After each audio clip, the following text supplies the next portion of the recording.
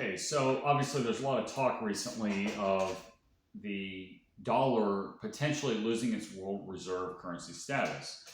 Um, we've all heard the news about Russia and China doing bilateral agreements, Japan and China, India and Russia, et cetera, et cetera. And then there's talk of a BRICS reserve currency.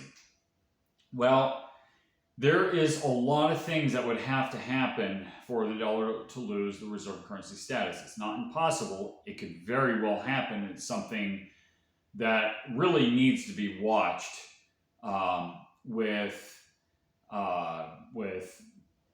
sober importance. But in order for the dollar to lose the current reserve currency status, the United States would have to become a very unstable place.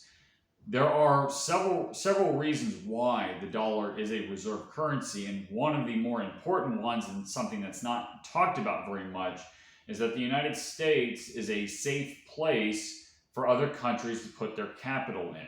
So in other words, countries around the world want U.S. treasuries, they want dollar-denominated assets, they want, for example, American farmland and own a piece of American businesses, etc. Because historically, the United States not only has a very large economy, but also is a safe economy. Now, there are other countries that historically are pretty safe, like New Zealand, for example. Canada is another one. But they're not very big economies. And then you got other economies that are relatively large, like France, China. I guess you could throw Russia in there if you're looking at it from from a more strictly resource perspective. But they're not stable historically. These are countries that make economic policy based on their national interests historically, and they're liable to confiscate assets or be exposed to high taxation. So, when people look for assets that are denominated in currency, historically people look for the dollar. Now, countries starting to exchange in other currencies other than dollars is something, like I said in the beginning of this video, is something to really watch. That